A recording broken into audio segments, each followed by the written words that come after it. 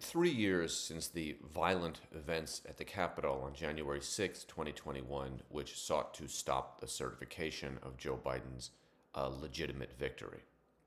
In those years, we've seen an evolution from in the days following those events, genuine outrage almost across the political spectrum, to beginning a few months later, a few weeks later, Republicans saying, well, it wasn't really that big of a deal, to Republicans in the months after that essentially saying it was a tourist event, and in the years since then, really celebrating those events, celebrating that insurrection, and denying that it was violent, denying that anything bad happened, saying that it was odd conspiracy, suggesting it was, somehow Nancy Pelosi's fault or something like that.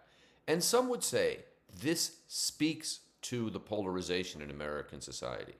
At the end of the day, even something as obvious, violent, and terrible as January 6th, everybody just went back to their political corners.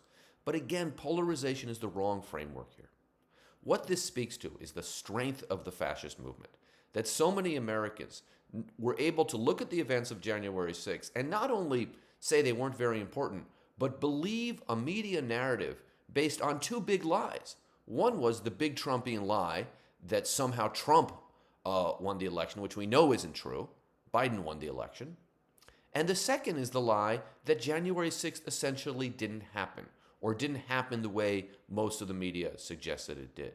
And the ability, the willingness of so many Americans to believe those two things speaks to the strength of the fascist movement. And if we're going to defeat the fascist movement, we have to recognize how strong it is.